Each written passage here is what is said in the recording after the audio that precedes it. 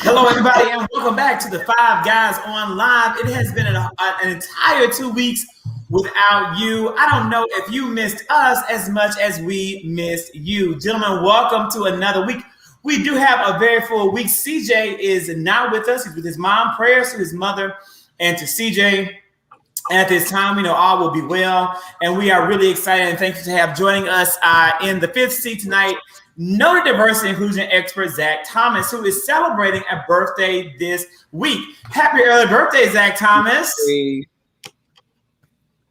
Thank you. Thank you. I'm happy to be here. You know, Zach, how old are you turning? I'm not afraid to say the big. You're not afraid to say? The big 40. Oh my goodness. I don't even know how I'm going to feel when I finally turn 40, but I know that I will get to experience the turning of 40 by looking at you and seeing how you handle it with so much grace and class. So with that being said, no, 40, you would not leave that open for, okay. All right. Yeah, I'm thankful because, you know, as we age, it's important to have older role models like yourself to guide us and show us how to do it with class. And so with that being said, Vince, as we talk about doing something with style and class, it looks like there's some bumps in the road for this summer's Olympics in Tokyo. What's going on right here? Yeah, it's a crap show going on over there in Japan. So we know that the Tokyo Olympics was supposed to happen last year, 2020, but due to COVID, they postponed it to this year. So with that being said, unfortunately, they have had an extremely slow rollout with their vaccinations. So their COVID case numbers are rising and rising, and the actual country is still at a state of emergency. So for me, and I think the rest of the global community, as well as the residents in Japan, they see that as a red flag. So just to give you some quick numbers, or just a quick I guess initiative, if you will, the athletes actually had to sign a death waiver. They had to sign a death waiver this go round saying that the Olympics will not be held responsible in the event that they die if they catch COVID-19, so on and so forth. And with all of these things, over 10,000 volunteers have resigned their duties. They are protesting in the streets right now as we speak. They do not want the Olympics to happen. However, the city of Tokyo has, I believe they spent about $15.6 billion on investing just to up the enhancement and the elevation to bring the Tokyo Olympics to their city. And I'm sure they want to create a profit. You know, that would be a severe loss in the event that the Olympics are canceled. But the officials, they don't want to cancel it. They're saying that they're going to continue to test the athletes on a regular. They're encouraging them to come vaccinated. If not, get vaccinated while you're there, so on and so forth. So my question to you all is, do you see this as a potential global super spreader? Is this COVID-21 potentially happening before our eyes? Because you have to recognize that over 15,000 athletes are set to hit that event. And in addition to that, over 10,000 plus journalists, media representatives, officials will be there, not counting and including spectators. And they're still wanting spectators to come attend these events. So when you got all the nations, right, represented, and somebody catch COVID, go back to Italy, go back to Australia, go back to Spain, go back to Brazil. Like, what do you think of this? Is this a bad decision? Hello to my aunt Renee, who is also Zach, a Gemini, and just also celebrated a birthday May 28th. So it's great to see you joining us. This is a really good question. Yeah, what do you guys think? I'll take Calvin's. Yes, I do think that the NBA has been a good measure. I think they have done. And by the way, shout out to the Atlanta Hawks, who are, by the way, game one up in the semis, just so you know that. But I do think, though, Calvin, this is a larger scale. And now you're talking, the NBA is very, it's compartmentalized, right? So we have control over that. You're talking about, as you said, literally so many countries coming together. And for me, that's a fear. Now, granted, I'm someone who gets the opportunity to go to Olympics, and unfortunately, I got denied, so I can't go. Now, granted, I wasn't going to go because of it, but I got denied, and I had to turn those credentials in 2 years in advance. And because everything happened, we got an additional year. but I got denied. And so they are, even though they are asking fans, I do know that there are certain countries that are limiting people to even to travel into Tokyo to even attend the games. And so I have a fear for it, but I also think if countries, I think this is the moment where these countries are to step in and say, you know what, we have to be very cognizant about how many people are able to leave out of our country to go into there. I think, me personally, I think they should only let the athletes go. I think that should only be the case. If your country, especially United States, we just say, listen, we're still vaccinating. We're only sending our, certain media, and we're only sending our athletes. And I think the countries need to start taking a stance and saying that's how we're going to do that. And we understand that Tokyo doesn't want to lose money. But again, we have to make sure that we set a precedent that we still understand we're still under a pandemic. We're easing into this thing, but we're not trying to cause another world catastrophe. So that's just my take on it. And I think that if they play it like that, we might be able to have a pretty decent Olympics in July. Yeah, and the other issue with this, I was reading that they will be vaccinating the athletes who are participating in the Olympics, but for those volunteers, they weren't given the option to be vaccinated.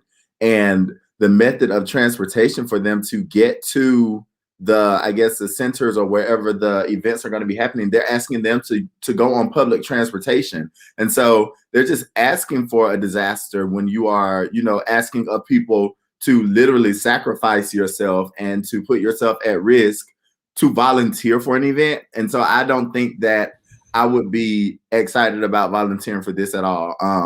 And so it's funny to see that I think back in February, they had a big wave of volunteers to drop out. And then as recent as the past couple of weeks, they've had even more thousands of people to quit their volunteer positions. And I don't think that it's responsible to ask those people to put themselves in harm's way, especially with the low rate of vaccination there, and with them only offering the vaccinations or the vaccines to athletes participating in the events. But the caveat to that is that since there will be a reduced amount of people at these events, there is a smaller need for volunteers. So they're kind of feeling like they'll be fine even if they lose more volunteers. So hopefully they'll go ahead and uninvite spectators, only have players there, and then get those people vaccinated. But best case scenario, they should just wait until another time. So see Calvin said that if you're looking at it from an American standpoint, I will say that the vaccine precautions in America, Calvin, I agree with you, they have been half-assed. But while the COVID precautions have been half-assed, the vaccine efforts have been top-rate. America, under the Biden administration, is a leading nation in regards to getting shots in the arms of citizens. Unfortunately, that has not been the case in Japan. If Japan really wanted to have the Olympics, they really should have made more of a concerted effort to get more people vaccinated. They have failed their citizens, and as a result, the international community, in my opinion, should not suffer for Japan's failure. I have absolutely no problem saying they should cancel the Olympics. It is not worth the potential of another variant spreading around. I don't know if you guys are aware of or have been following the developments from India, but we have it's called the Delta variant. It is, now I agree it's appropriate to no longer label things like the South African variant or the Brazilian variant. But this would be the Indian variant if that's what they will follow suit, but they changed course. They're calling it the Delta variant. The Delta variant is extremely aggressive, and it is sweeping through the country, through the world. I'm afraid that the Tokyo Olympics will cause a greater spread of this variant and could lead to other variants popping up that would put the world population at risk. I'm all about canceling because, and you want me to be honest with you, y'all want some facts. The real reason, too, that I want to cancel is this right here. Is this right here. You see that? That's exactly what I was about to say. And I'm going to turn it over to you, Zach. It's your birthday, so you can have that. The International Olympic Committee has said they would not allow for Black Lives Matter to be mentioned in or worn around at this protest. At these Olympics. So, in my opinion, they don't even deserve to exist. No, I wholeheartedly agree with you, Zach. With a K, that I am all for counseling. I think it shows negligence on the International Olympic Committee that they still want to hold this. I think after the year that we've had and the number of lives that we've lost, we need to definitely be careful to make sure that we are doing this internationally, far as making sure people are vaccinated and people are taking the precautions, because we still have some issues with that. And then, as you just mentioned, with them banning the use of protesting and talking about Black Lives Matters, I think cancel it altogether. As well as there's a lot of issues as shit that's going on in Tokyo anyway with the treating people. I think moving it out of that should be another thing too. So that's just my 2 cents. But if in essence that they decide to go ahead and keep the Olympics and they move forward, I will celebrate from home, and I will be watching and celebrating the first time ever all African American gymnastics team that will be competing. And so please make sure that if we are gonna watch it, I would definitely be Simone Biles and the entire African American gymnastics team that will be competing in the Olympics in July. Yeah, that's the only sport I'm gonna watch. That's the only thing I'm gonna watch in the Olympics, in support of Simone and her teammates, if it happens. But I'm still hoping it doesn't happen. That's just my personal opinion. And there have been I don't know if you gentlemen. What happened, Darius? People of the country are also hoping that they cancel the Olympics. So if your own citizens don't want you to have this event, then why are you pushing to have an international event? In the words of Zach, cancel it. Yeah, cancel it. And again, in addition to, we support Simone, we're all about it.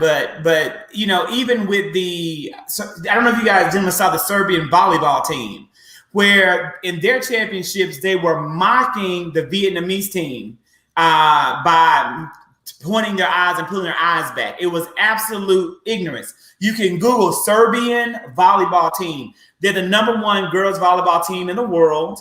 And the horrible thing about this is not only did they do it this year, they did it in 2017 against another Asian nation as they were playing in the World Finals. So I am 100% against this year's Olympics and wanting to punish bad athletes like that.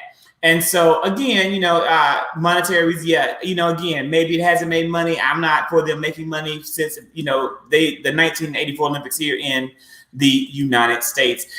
Cameron says he hates to think about canceling it. Some athletes train their entire lives for a moment like this. It's already been postponed for a year. I mean, that's true. And we support them and love them. But, sometimes we plan a point, but sometimes God disappoints. And that's what my great grandmother always said, old country slang for you from Mississippi. Now, while God may disappoint, in addition to that, so too does the NFL. This is a clip from MSNBC's The Cross Connection with Tiffany Cross. It airs every Saturday. It's one of my favorite programs on cable news television, and it talks about the NFL abandoning the practice of race norming. This topic, gentlemen, is one that really bothered me because I didn't even know it existed. Race norming is a situation where medical professionals in the NFL give lower value to the cognitive ability of Black athletes. And they're saying that Black athletes actually come in at a lower cognitive ability level. And therefore, they have to, if they're damaged in play, they have to show that it really was damaged, but they come in mentally deficient in the first place. So therefore, it's really hard for them to get damages in their concussion cases and other cases linked to the NFL. This started in the 1990s, and it was just finally abandoned. I really want you, if you don't know about it, Google race norming in the NFL. This is a real this really pissed me off. And so, gentlemen, viewers, I want to know, what are your thoughts about race norming in the NFL and what we should do about it, if anything? It's so crazy. Like I had no clue about it, but I did watch some videos earlier just to get a greater understanding. So apparently back in 2013, I think there was this massive lawsuit that was connected to NFL players getting concussions and seeking to get finances from, from their medical issues. Some of them ended up with dementia and Alzheimer's and things like that. And so the issue was that your acceptance or the amount of money that you got was on this sliding scale. So based upon how much, loss you incurred, that determined, one, if you were accepted and got the money, and then two, if you were how much you got, if you got anything at all. And so let's say that they start white people on a scale that, you know, their cognitive ability is up here. So if they end down here, then this is how much they've lost. Well, the problem is that for Black people, they probably were starting about here. And so for Black men, it was harder for them to get approved for the, like Jack said, approved for the damages that they incurred. And then if they did get approved, they were receiving less money. And so the NFL ended up getting sued by a couple of the NFL players this past year, and the lawsuit was thrown out. However, the judge ended up getting or calling for a mediator to come in. And so then the NFL ultimately decided that they need to get rid of this practice. For this, I say, who's surprised? I mean, the NFL is, for me, I've said this before on this platform, the NFL is modern day slavery. They put them on the auction block and they decide who's going where. The only difference is these NFL players are getting some of that compensation, not nearly as much as they're making on the heads of these men. But for you to turn around and then devalue them even more and to try to, you know, impede upon their ability to get this money back, when y'all got the money, y'all giving it to other people of other races. But when it comes to Black men specifically, you want to make it harder for them to get the money. And then there are commentators who feel like the NFL deserves a pat on the back for doing the right thing. The right thing would have been to never have this practice in place in the first place. But this is just another example of what it means to live in America, which is a country founded in racism, and racism still permeates every facet of the American culture. It doesn't matter what you look at, education, sports, business, you look at it, there are, you know, remnants of racism and racist practice within our culture. And to add to that, what Darius talked about and talking about what's the whole issue here, the lawyer who argued this back in 2012 is the same lawyer who argued to put this in now, who is backpedaling and saying, oh, I did, but I think we need to definitely take it out. And so he's trying to compensate now for the Black athletes who weren't compensated for this issue. But to me, I think it's a bigger issue than this. And this is where I wasn't surprised, because until we get culturally and linguistically competent in our healthcare system, we're going to keep having issues like this. And so until you talk about it and understand and have our doctors, our judges, and other people understand how this stuff has maintained and become a systematic or a systemic issue, then we're going to keep having this issue. Yes, it's 2021, but hell, it's still 1918 mindset. Because we're still in America. Right. And you have to, so one of the things you have to look at, because even though we're recognizing and we're talking about it from the NFL, you have to understand and realize kind of where it began and its concept. Because first and foremost, even though it was outlawed in 1991 by the Civil Rights Act of 1991, ultimately the way it was being used, there were 38 state employment services that were actually using this test to actually do biases, racial biases among the employees that they were who were actually seeking jobs. So what they were doing is these employment companies were actually using these tests to determine, when you take the test, when you go to, like if you're trying to get a job, they would actually determine how you fared against other people within your race, to determine the quotas that they made, determine the numbers that they hit, determine if you know, where you sit among the people within your race. You were not classified as the better person for the job. They were determining, you know, how you fared within your own race. And so again, this is nothing different than the many tests and issues that we've been given as Black people across the, when we had to guess how many jars, how many beans were in the jar for voting. We had to, you know, so they're always trying to find ways to play us as monkeys. And I hate to say that is the way. So this has been a thing. Now, unfortunately, as Darius was saying, the NFL, which has been jarred as you said, an auction block for years, is now it's now coming out. But this has been in our educational system. It's happening to our young boys now. Why do you think they bank on the third grade system, where they determine why children, by the time they get to third grade, determine where they're going to go. That's that prison to pipeline, that the school to pipeline initiative. So there's so many things within our educational system, hence the reason why we're not going to talk about it tonight, but hence the reason why our state and many other states across the country don't want to talk about critical race theory, is because they want to get rid of it, because they can't. They are the reasons why why these things are the way they are. So it's sad it's happening in NFL, but this has been happening to us for years.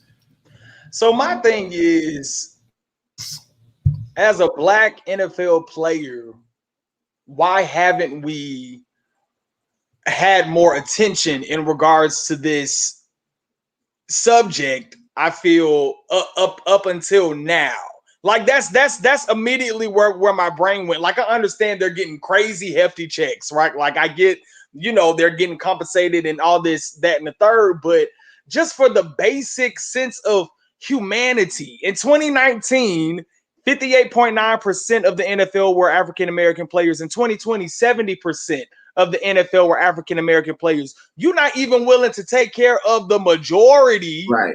of your players. And as a Black, I don't give a damn about how much money I'm making, even if the amount of revenue that's coming into my pockets could, cover concussions, and I have the best healthcare insurance, whatever, to assist in that situation. Still, humanity, people. Like, that is what I just can't wrap my brain around. Like, that don't make no sense to me. And then Vince, it's not even just athletes. That's across all professions. Like, they're all professionals who have this like go along to get along type of mentality. Because if you don't play nice in your job, you're gonna get Colin Kaepernick. You're right, and this is the thing. We should have learned our lesson when they punished Colin Kaepernick for speaking out in favor of Black Lives, period. That's sent to me a clear message and a clear indication of how the NFL feels about the reality of Black people. I do agree with you, DeAndre, when you say it is the modern day slavery system and these are men on the auction block. But I also want to say that the Black community is the biggest part of the problem, and that we allow the sports world to be glorified. And it's not our fault in terms of this. It's by design. Let me explain what I'm saying. When I was in elementary school, I remember being in first grade. And I remember knowing about Martin Luther King Jr. and Rosa Parks and Malcolm X and Alex Haley. Alex Haley was a big deal when I was in first grade.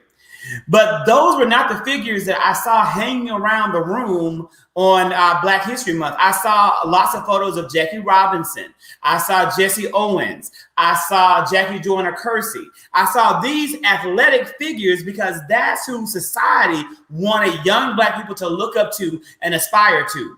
Everybody in my first grade class went around saying what they wanted to be when they grow up, and everyone said some type of an athlete but Zachary Kirk. And he said he wanted to be a teacher.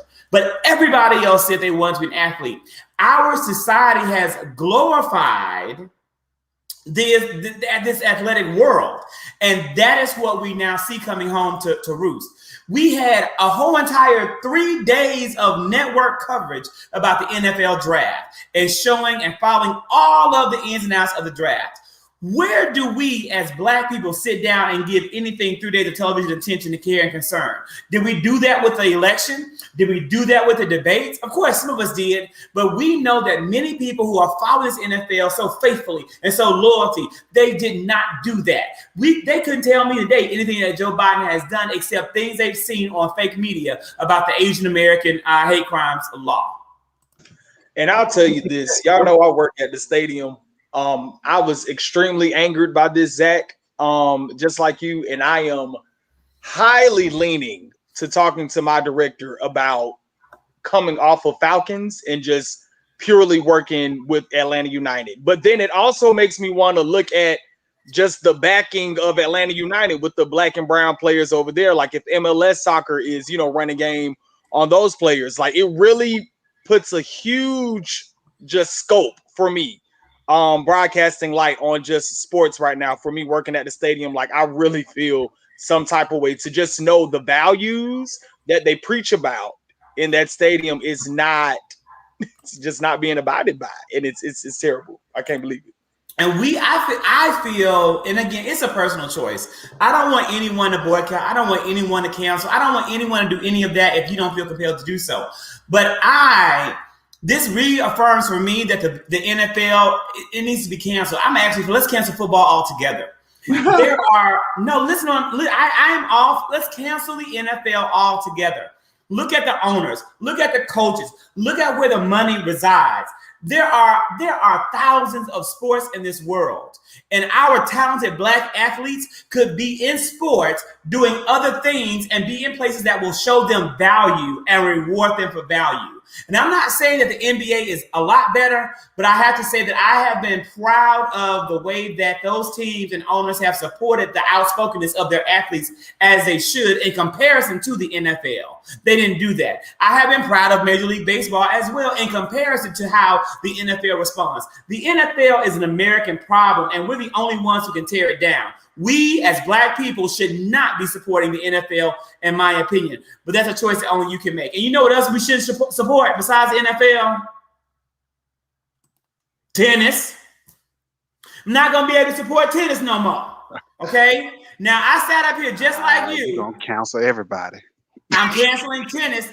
What I'm not gonna do. Nobody gonna be worth anything except for you, Zach. Zach ain't gonna have shit but the view. That's all Zach gonna have. Wow. And Megan, his favorite. I want to let the world know that Meghan McCain is my favorite person on The View, because as a fellow Scorpio, I understand her. I don't agree with any of her beliefs, but as a human being, I like Meghan McCain. Okay. Now, I also like Naomi Osaka. I'm not sure if I'm saying it right. I also like her a great deal. And she made the very controversial decision to withdraw from the French Open. This is what the young girl did. For those who are watching, maybe not as familiar with the story. What she did was in tennis, you have to do mandatory press sessions. Right. And so she said that she was not going to do the press. She was not going to do it. And then the Tennis Association of the French Open came back and said we're going to penalize her $15,000 every time she skipped an interview. And so she just said, I quit, I withdraw, I'm not doing it because I'm dealing with depression. When you peel that back, people, you have to think about how the tennis community treats these athletes. I want everyone, for just a brief moment, think about Serena Williams. Right. Think about all the negative, nasty editorials they wrote about Serena and her aggressiveness and her anger and her style of play.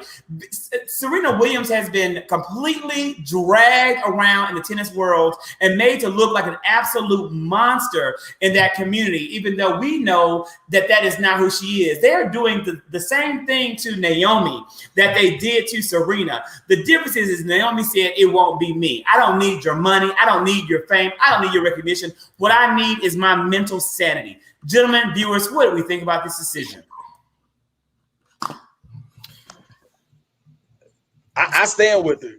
You know, I'm glad that she did it. And I hope that this sets a fire into any athlete that may be dealing with, you know, mental health issues that just need a break, anxiety, depression, anything of that nature. Like one thing about athletes is they're not pop stars. They're not singers. So they don't have the grace or the initial talent to do public speaking. That's not what they're passionate about. That wasn't their initial gift. They like to run track. They like to do tennis. They like to do gymnastics. So now I'm being penalized because of something that I'm just naturally not in favor of doing, that I'm not comfortable doing. And then when I do it, it's overwhelming. You know, I'm getting ridiculed. I'm getting harshly critiqued, so on and so forth. So I am for her decision. I hope that this also just brings a huge awakening to the tennis world.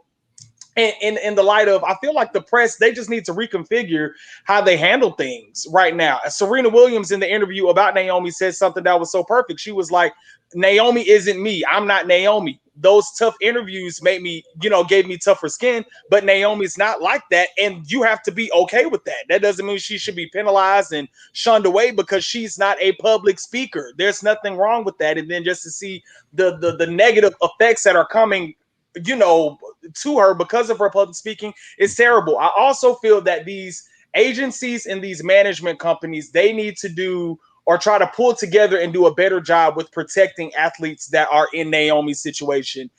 I would say go the Beyonce method. We know Beyonce don't do public interviews for nothing unless it's a trusted source, and she controls and handles those, interviews herself. She answers the questions when she want to answer them, and she go on by her business and call it a day. So I feel like doesn't allow it. Go there, right. But that's what I'm saying.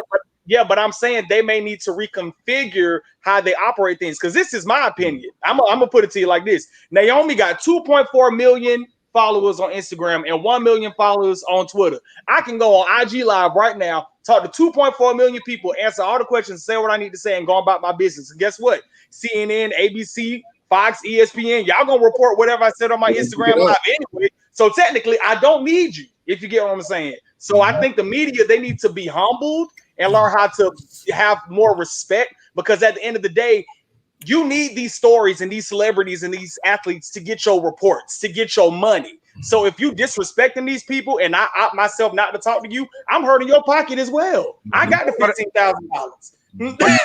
Yeah, but I don't think it's the media's fault. I think it's the tennis association, because if my job is to come and play tennis, and I'm showing up to work, my whole intersectionality self needs to be able to be accepted, regardless of my race, my disability, my ability, or whatever. It needs to be shown, and I need to be able to bring my whole self. And if I can't perform because I have anxiety or depression, and you have to accept that, because this is my job. And so I think that's what they need to understand. How can I show up to do my job if you're not accepting me as a whole person? But James, what are you talking? James, explain yourself. What are you talking about, James? What are you talking about? James is seldom talking about anything. I want to know what his point is. Okay, I feel like he's trying to say that my homegirl Naomi is wrong here. I want to know facts. I will say this while we wait on him to expound.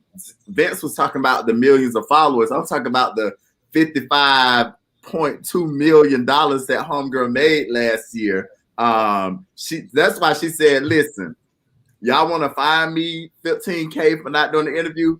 Forget y'all whole little tournament, because I ain't got to come to y'all little tournament in the first place. I woke up rich. I went to sleep rich. Y'all want to take $15,000? Y'all, I'm not coming at all. So how about that? And so I think that it's important that athletes continue to stand up for their mental health. I have a friend, a Spelman sister, Leah Howard, and she is the sports counselor on Instagram. And she posts all the time about the mental impact that athletes go through prior to getting, getting prominent in sports, the mental anguish that they go through while they're in sports, but then even more so what they go through once they're no longer able to participate in the sports that they've dedicated their whole lives to.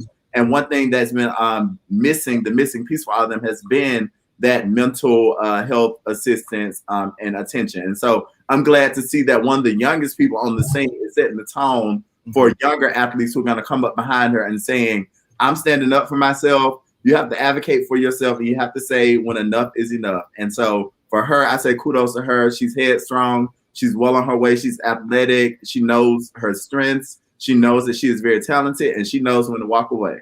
So kudos to her. And Jack, before we go down James' rabbit hole, because I see it coming. You see James's comment. It's here. So before we go down this rabbit hole, I really want to really quickly hit on Zach with the H's comment, where he said, the conversation about it's the community, the tennis community. But I really, it goes beyond just that community, the tennis association. What pissed me off about it was the fact that I kind of relate this back to the situation with Lori Lightfoot when she took a stance, because Billie Jean King came out and went against this young lady and talked down about this young lady about this. And you think that you set precedents as a woman in the tennis industry. You would think that you would be somebody who would be standing with her and supporting her and encouraging her. But then you came back and you turned around and reversed it.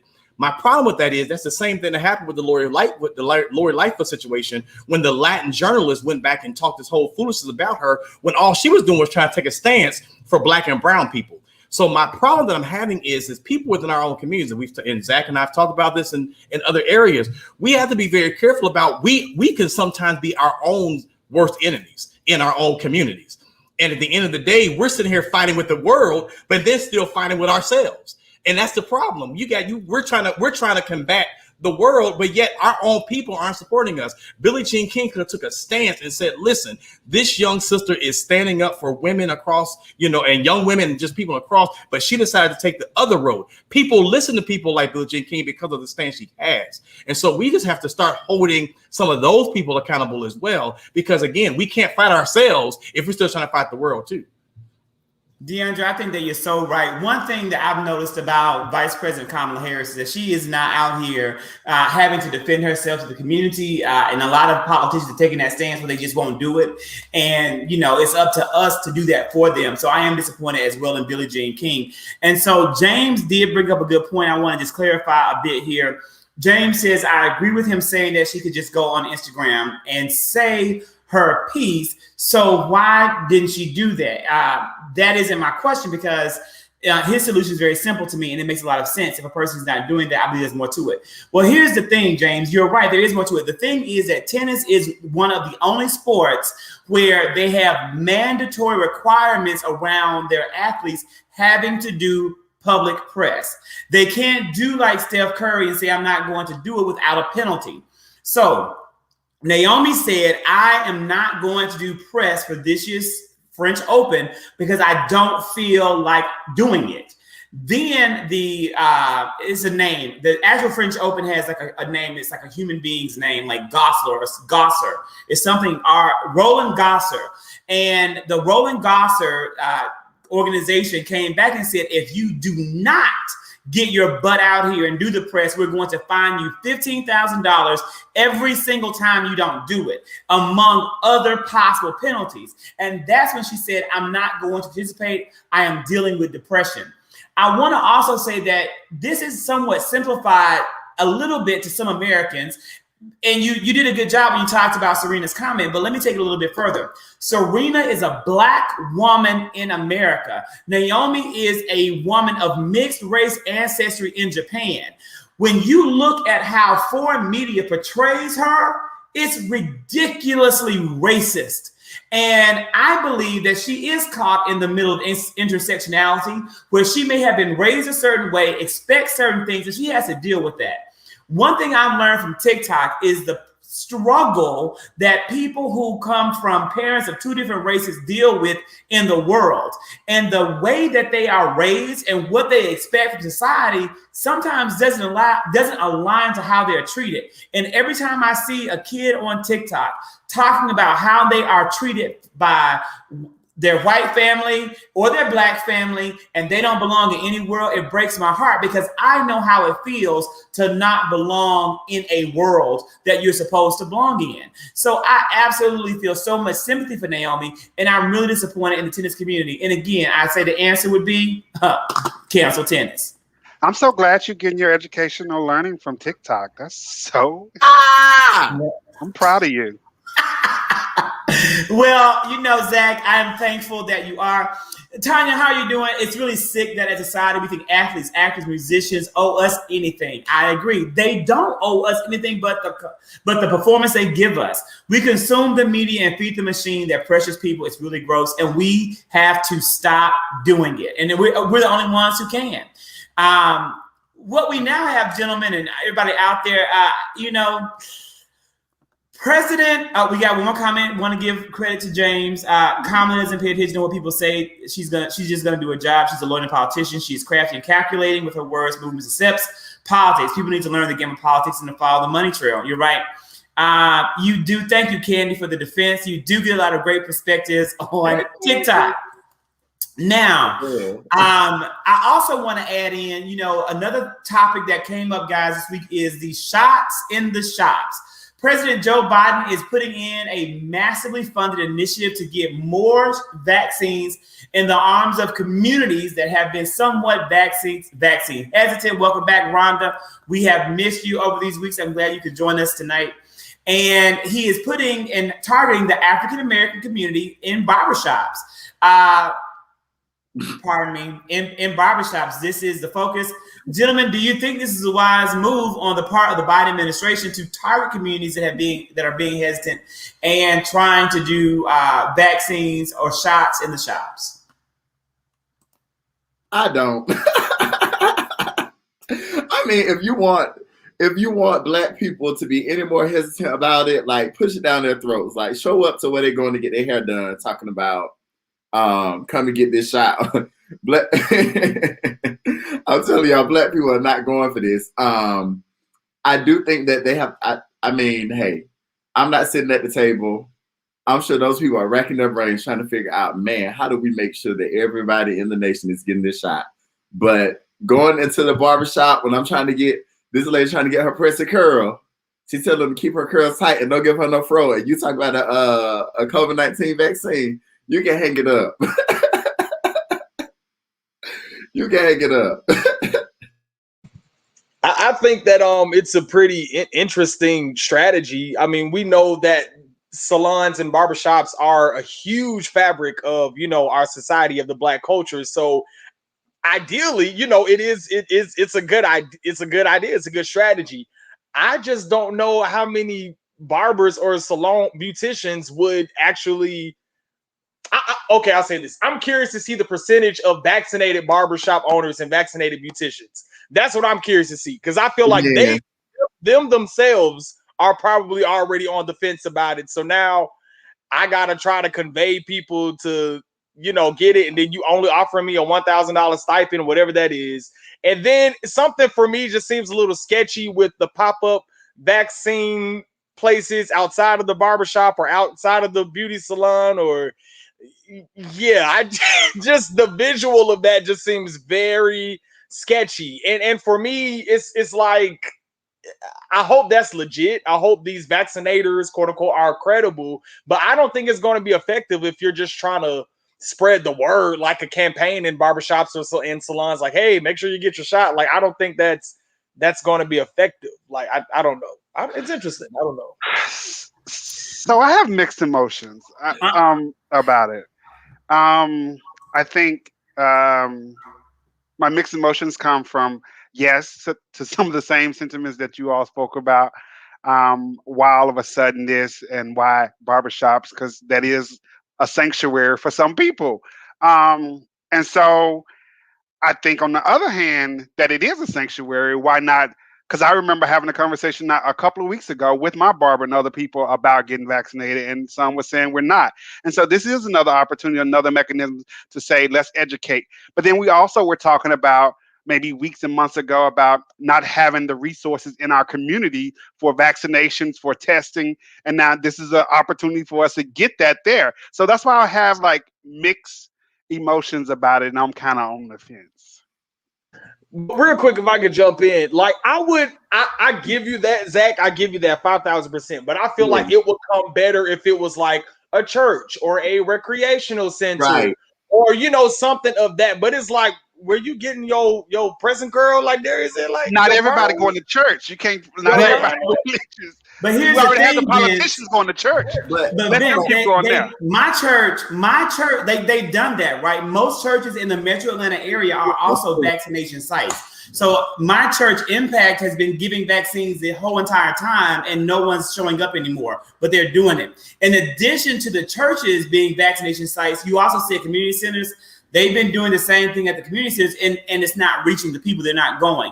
But here's the thing. They're not going to get the vaccine. If you aren't going to get the vaccine at church, you're not going to get the vaccine at Adamsville Rec Center, and you're not going to get the vaccine at the barbershop. You're not going to get it, and that's okay. You are making a choice for your health, and I don't have a problem with it. I will have a problem when there's a new variant that is now going to be resistant to the vaccine that I took.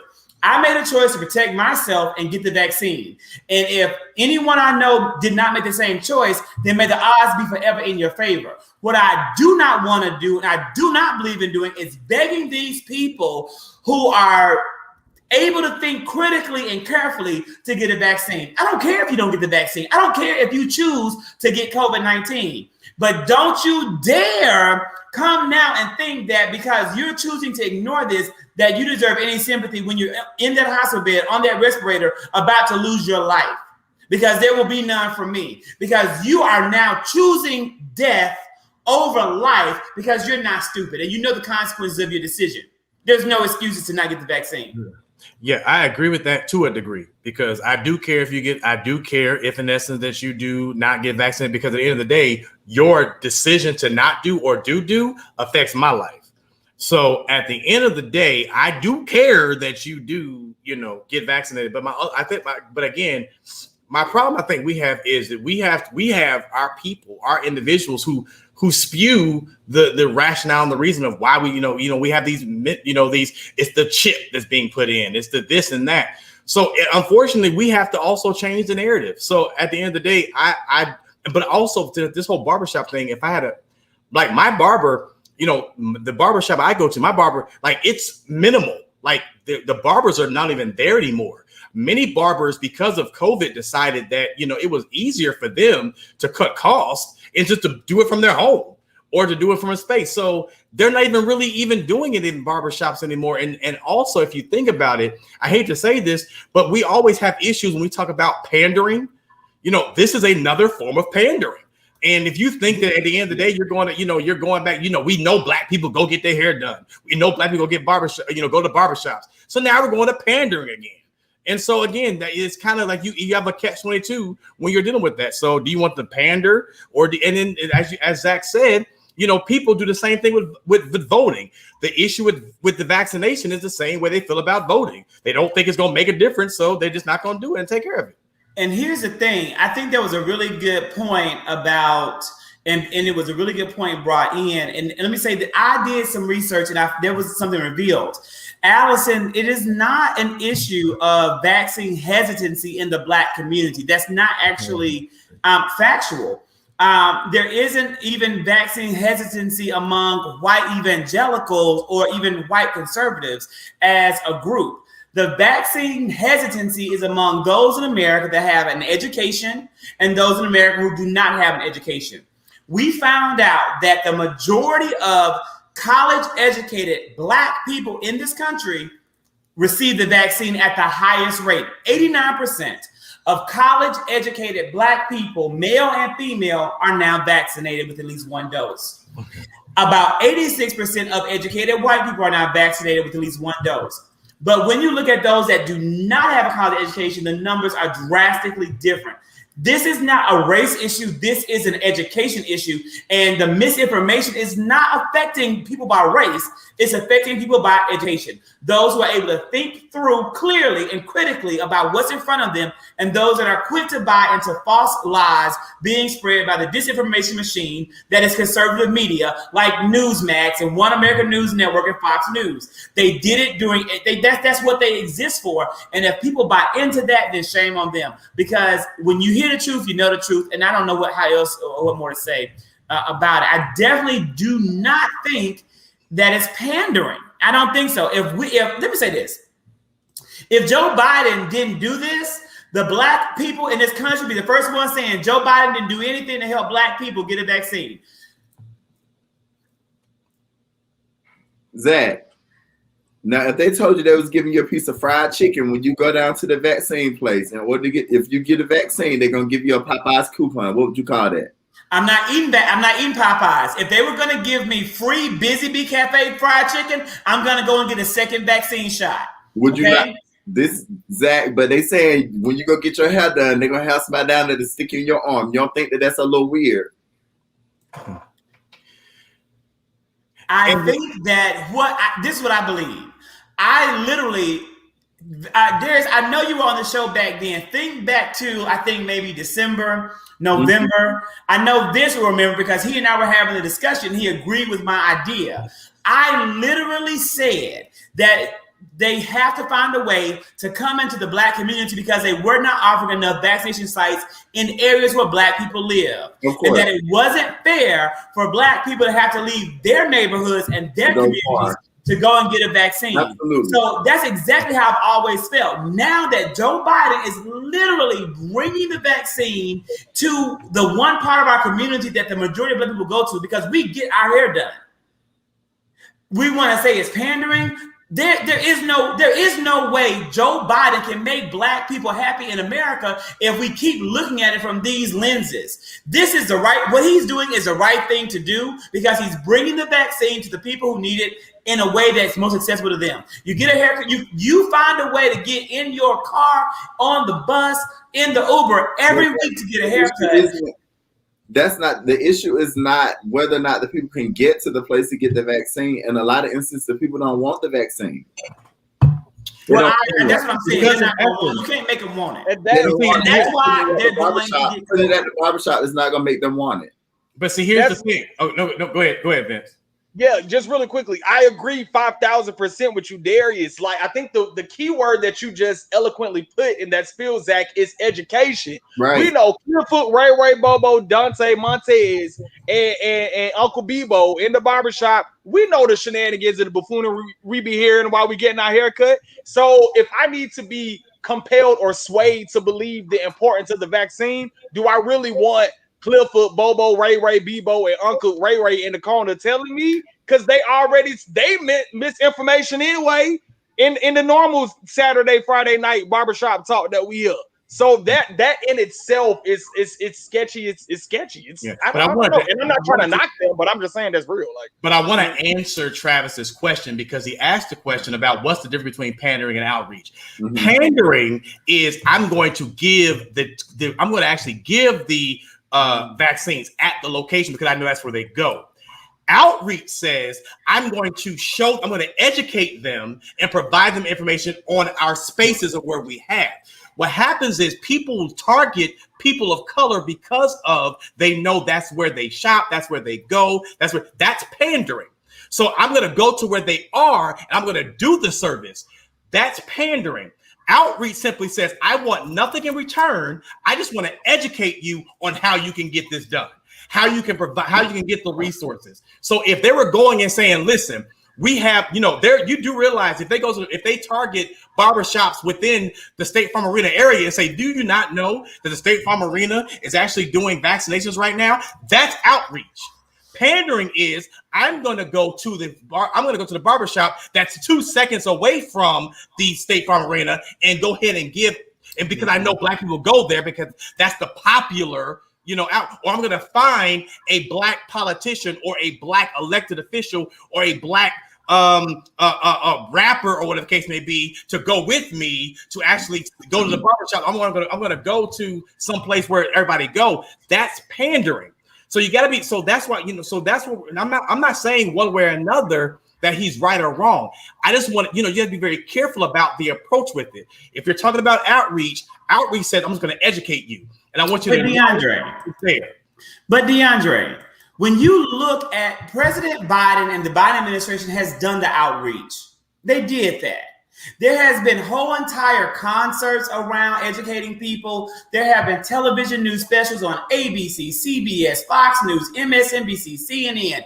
There has been an entire movement around educating people about the vaccine and about letting people know where they can get the shots. Okay, it has not moved people to get the vaccine. Okay, but let me ask you this. We are now in the final home stretch of the get to 70% movement, and President Biden is saying, I can't get you to come to Mercedes-Benz Stadium, but we'll bring it to you. I do not think that's pandering. Pandering to me is a term with a very negative connotation. I think what it is he's making the vaccine more accessible to people who need it the most. So let me ask you this question. Let's ask this question then. So we went gung ho about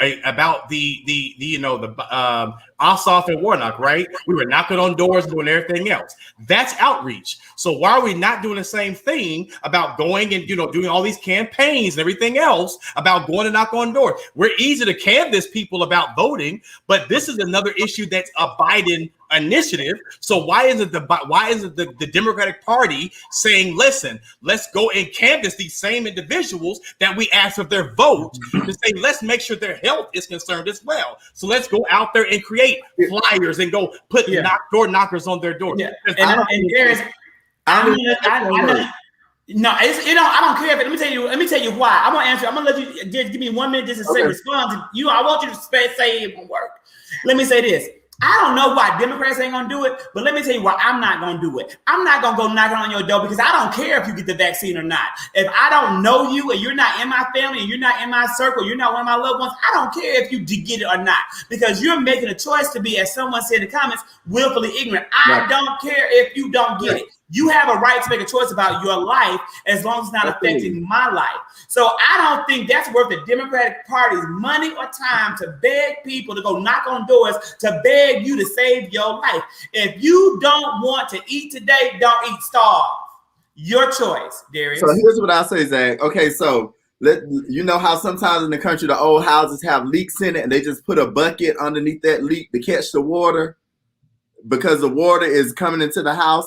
And instead of just patching up the house, they just put a bucket there. That's a temporary fix. So for me, taking the vaccine to the barbershop is completely ignoring the big fix that needs to happen, which is the distrust that Black people have in the medical center, in healthcare in general, and in science. So if you really want to convince Black people to get a vaccine, the answer isn't to put a bucket on the floor where it's dripping. The answer is to address those systemic issues that exist in the healthcare system that make Black people distrust in science in the first place. At this point, the people who want the vaccine have gotten it. But Darius, to your point, know where to get it. The people who want the vaccine, they know exactly how to get it. The issue isn't if it's at the Kroger on Lee Street or at the Popeyes on Lee Street. That's not the answer. The answer is, I don't trust it if it's at the Popeyes or if it's at the Kroger. If it's at the church, I don't trust it. If it's at the school, I don't trust it. If it's at the barbershop, I don't trust it. So the only way that you're going to get Black people to trust the healthcare system is to make sure that healthcare is completely free from racism. And we all know that that is something that did not start overnight, and that's not something that's going to end overnight. But to James's point, James, people took their scary asses out there to get people to go out and vote, and they weren't worried about Corona and everything else. And so this whole comments and premise is that we're not actually going out there. We're concerned about that, everything else. That's bull crap to me. And I call it bull crap because at the end of the day, we choose and we pick what is important to us. Now, I will stand with my friend Zach and say that he says that he doesn't care about people getting vaccinated. That's their thing, every case may be. And I understand that every case may, and all that jazz is beautiful. But all I'm saying for is if the Democratic Party, and I'm saying Democratic Party because Joe Biden is the president, and so the Democratic Party needs to actually step in and say, okay, what are we going to do? Because we're talking about healthcare, and it's an issue that we have right now. And so the Democratic Party needs to look at what are other ways that we can actually do to make sure that we get people vaccinated. Because Joe Biden's premise is that he wants to get the first vaccination to 70% by July 4th.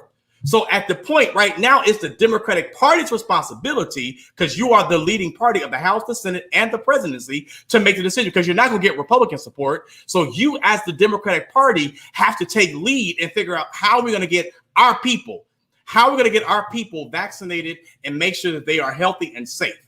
And that's all I'm trying to say. And one more I think that's what he's to Malik's point right here. Malik, pull that comment back up. Malik, when you go in that space that you go into, I want you to ask everyone in that space whether or not they've been vaccinated. And I already know the answer to that. Mm-hmm.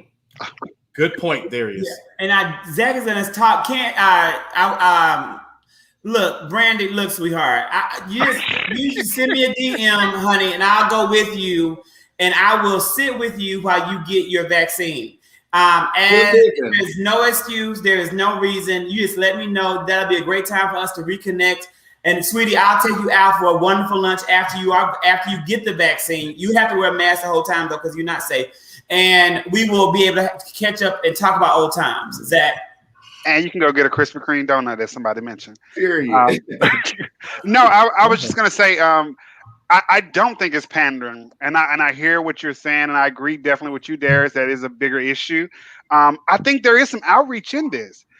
Because I don't think they're just walking up saying, "Here go a shot for you. You don't have it. Here go a shot for you." I think there's some education that's going to happen at the barbershop, and I think there's a lot of education that happens at the barbershop from when you are a child to now, and so we learn a lot there. I was like, this is an opportunity.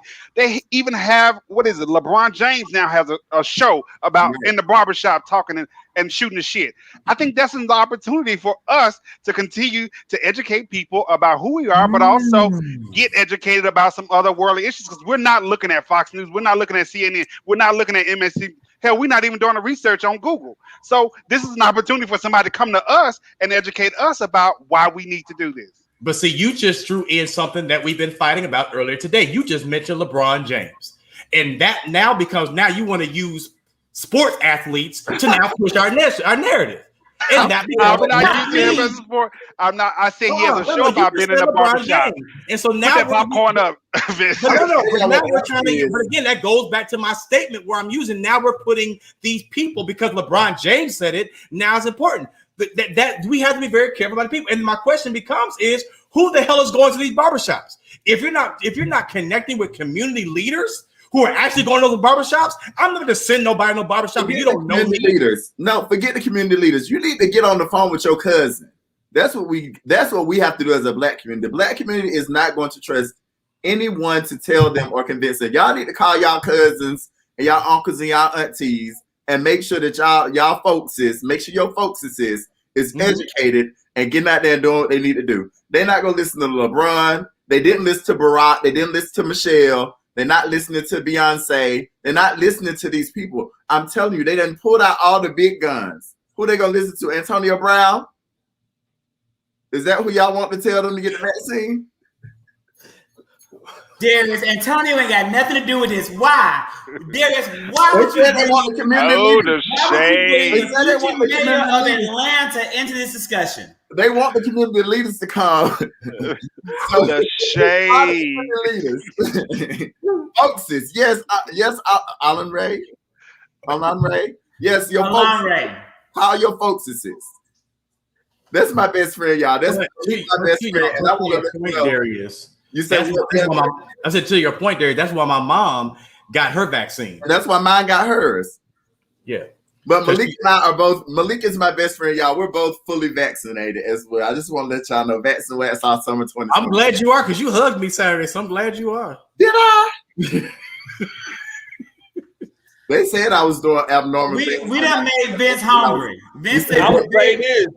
That was some good TV. I enjoyed that. That was real nice. I ain't got shit to say. Keep going. Well, here's the thing. We do have one final topic, gentlemen. We can go just a little bit longer tonight with Zach Thomas in the fifth seat. And that last discussion, guys, we talked tonight about canceling. I talked about canceling the NFL, a must-do for me. Canceling NFL, a consideration for me, and canceling tennis, especially the French Open, a must-do for me. And we talked about canceling the Olympics, something I'm not going to watch except for women's gymnastics. I'm not watching the men. I'm going to watch the women's only. But it seems as though society has canceled the name Karen. Hold on, Zach. I'm sorry. I'm so sorry to interrupt you. But to your point about women's gymnastics, did you hear about the Simone Biles story? No. Is there a new story? When she did that crazy jump spiral thing. Now it's a penalty to do it. The Gymnastics Association said that she's too good and they have to like lessen her challenges or something because they basically said she's too good, and the higher her stunts and stuff, or the more challenging her stunts and stuff that she does, that she produces and performs, won't count as much in fear, or to make it more, I guess, level for the other quote unquote gymnasts. And a lot of people went in on the Gymnastics Association for doing that. So they might be canceled as well. Race norming in gymnastics. Yeah, I'll research more. I'm just wanting to support her this last year and the all-black female gymnastics teams, when we know that gymnastics has been a white female-dominated sport for a very long time. But no matter what they do to Simone Biles, I don't anticipate they're going to stop what God has for her. I do believe that her future is far greater than what any racist system has for Simone. But I don't know if God has plans for Karens. This is what we mean by the cancellation of Karens, is that the name Karen has fallen in popularity consistently from 2000, but now it's at an all-time low. It went from ranking as the 153rd most popular name in 2000 to the 660th most popular name in 2019, largely fueled in part due to the negative connotation of being a racist Karen. Zach Thomas literally has on the shirt that says, "Nah, not today, Karen." Gentlemen, do you think it is okay for society to have taken a basic common name like Karen and given it such a negative connotation? I ask that just by thinking about how would I feel if someone took the name Zach, like someone who took the name Zach. Let's say Zach Thomas goes out and does something horrible with his life, something highly offensive in the world. And now everyone wants to call the Zach Thomas offensive move a Zach. I would be devastated. Well, don't be devastated with the people who have counseled her. Be devastated with the people who have characterized her. You need to be mad at your fellow sisters who carry that name, and make sure that you challenge them to carry themselves in a way that's a little more, I guess, decent and less racist, or not racist at all, you know, in a best case scenario. Or just lock all of them up. Like, y'all just hang out together on a little island. Y'all can have a Karen island, and then y'all can Karen each other. And then you won't have to worry about it, because after y'all have other little Karens, you can have little Karens. It would just be, you know, Karen land. So to give you another number, Zach, in 2020, only 325 babies were born. They were named Karen. In, I guess, juxtaposition or whatever, in 1965, 33,000 babies were named Karen. So that 1965 generation, them the ones who got to keep our eyes on. But then you just made a great point. Like, Karen is an old ass name. Like, we're not naming people Mayetta and Monbel and all these other stuff no more. Like, it's just outdated. And so to give somebody an outdated name, I think is appropriate. Yeah, but let it die. Let's hope that they're as adamant about leaving behind those attitudes as they are about leaving behind those names. Because that's the thing that I think we do a lot. We get so we get distracted. Y'all worried about this name. We talk about the actions that are associated with it. Get rid of the actions. Folks, keep the main thing the main thing. Y'all focus on not naming your child Karen, but if you're going to raise it to be a Karen, you might as well name her Karen. Get rid of all of that. Well, the only Karens I recognize are not even, they're spelled Karyn. That's Karen White and Karen Parsons. So the only Karens that I actually recognize. Karen Clark Shield. Karen Clark Sheard. Jesus, excuse me. Karen Clark Sheard is a traditional Karen name. Karen. Karen Huger, the Grand Dame. Hey, Barbara, man. Karen Huger, the Grand Dame of Potomac. Oh my God, oh Jesus. It is so sad. Make the black Karens bad.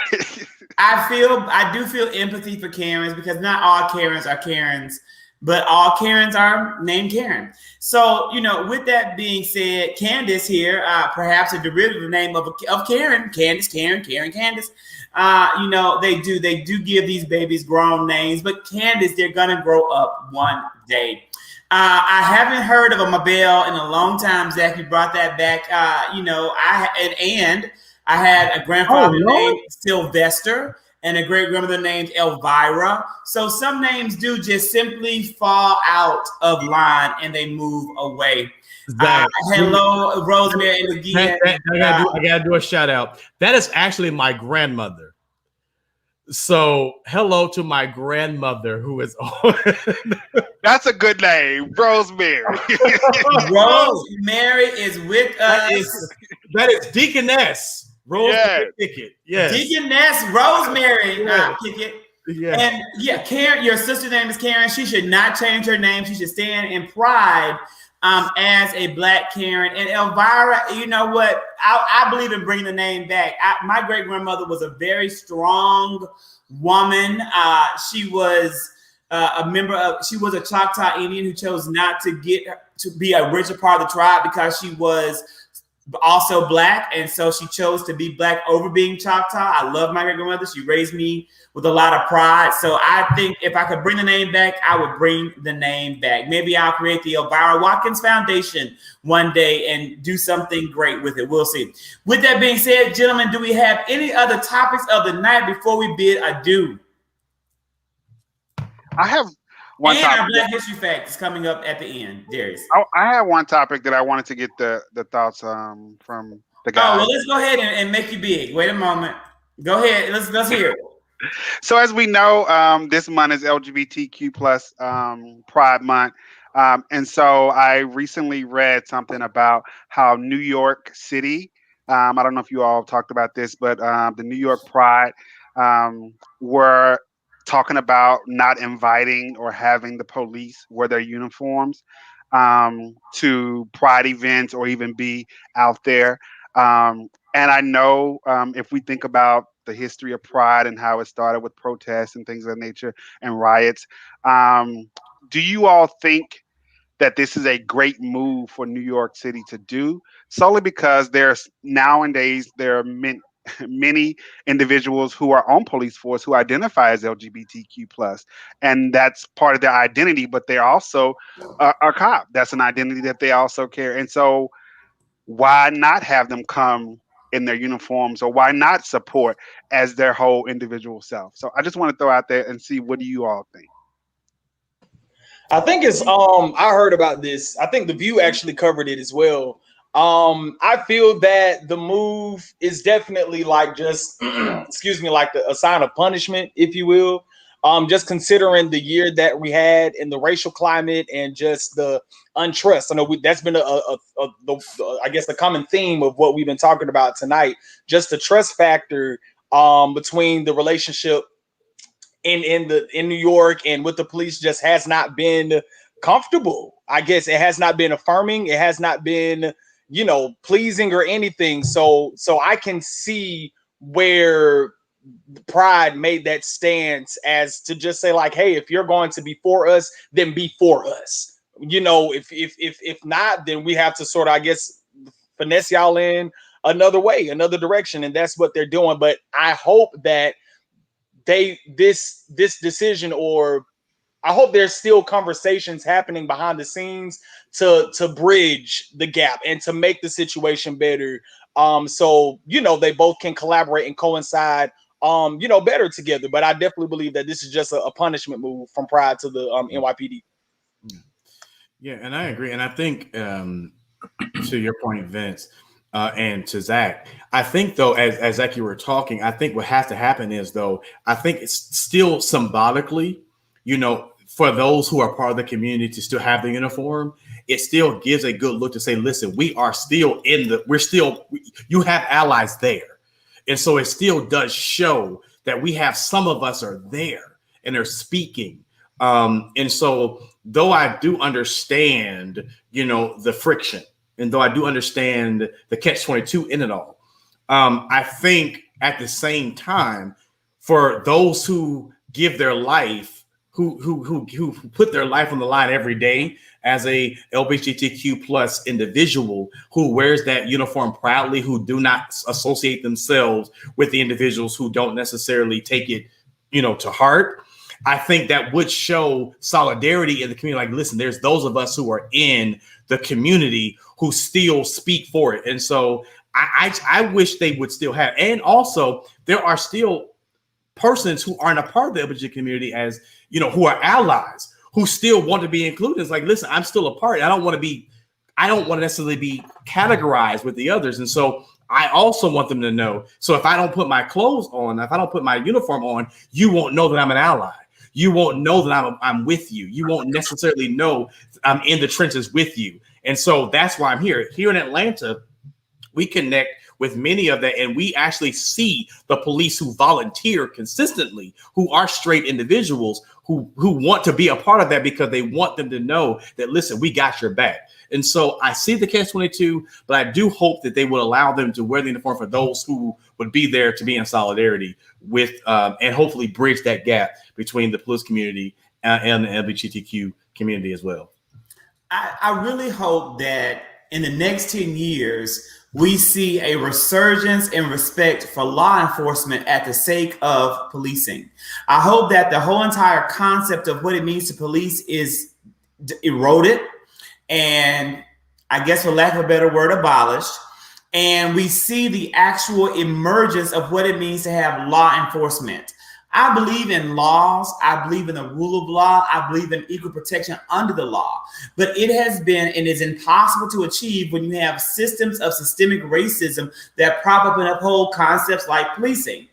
I am really disappointed that law enforcement officials are not able to partake and celebrate in their allyship or even in their own community while wearing the uniform that is their job. So I feel bad for the police officers who are law enforcement upholders not being able to participate.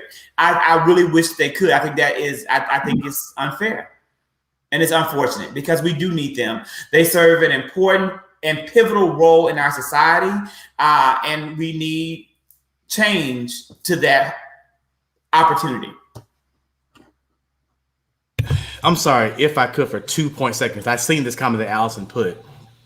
Allison, if I could challenge that just a little bit, when he said to accept it, you have to understand that not every community, including our own, is accepted of you being a Black gay man or a Black gay woman.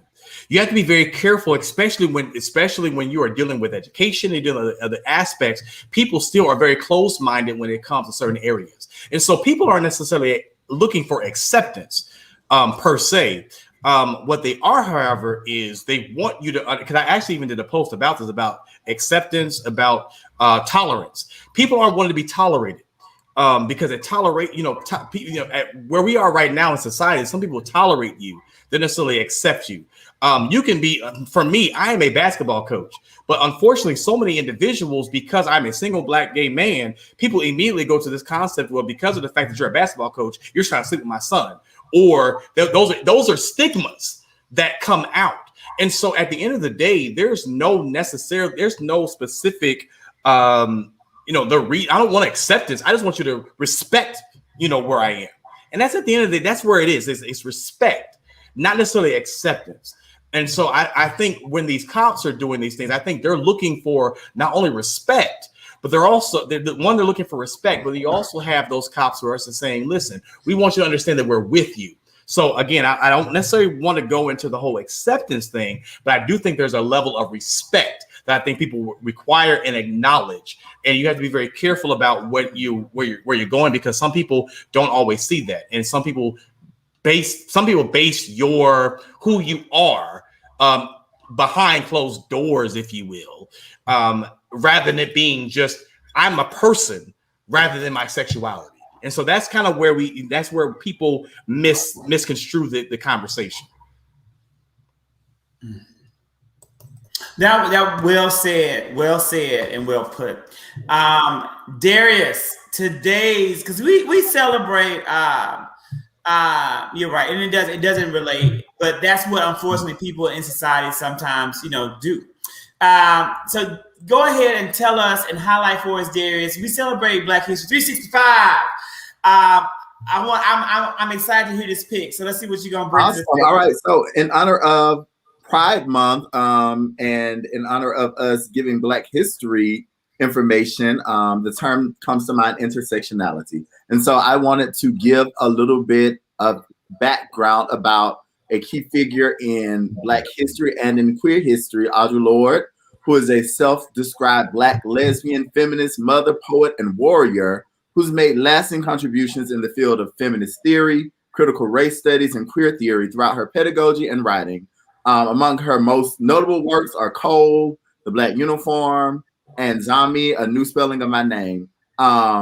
Lord has said that she writes for those women who do not speak, for those who do not have a voice because they are so terrified, because we are taught to respect fear more than ourselves. And so today we just want to take a moment and celebrate this Black woman for her amazing contributions to our history, being wherever you fall in the intersectionality of Black history and queer history. I'm so glad that we're able to honor her today. And I look forward to sharing more Black queer folks with you all for the remainder of Pride Month. Mm-hmm. She has one of my favorite quotes. Can I read it right quick? Go ahead. Yes, you can. It is not our differences that divide us. It's our inability to recognize, accept, and celebrate those differences. That was it. Yes, boom. And I want to, for anyone out there who would like more education around the plus and LGBTQIA, there is a great one. I'm doing a TikTok about it. I'm recording it tonight, but this is not about me highlighting my TikTok. You can go to Instagram, and the Instagram account is a lady named J.Tcake. She is an educator who identifies as being pansexual, and she did a whole entire series on what it means and how it's defined when you're bisexual, pansexual, polysexual, omnisexual, abrosexual, or queer. And it was really enlightening for me to learn how these terms were truly defined, because it really does make me realize how inclusive Pride Month really is and what it really means to use the month to educate people in general. So please, if you want to know more, follow her, or just wait for me to drop the TikTok and video. If you see it on Facebook, you probably won't see it because Facebook is suppressing everything I post. But nonetheless, we look forward to you joining us next week. Thank you guys. Facebook next, or he just got canceled, right? Yeah, maybe I got canceled, right? Nobody, I think so. Facebook, there you go. So everybody have a wonderful, wonderful rest of the week, and we'll see you back next week. All right, DeAndre, we all need some basketball lessons.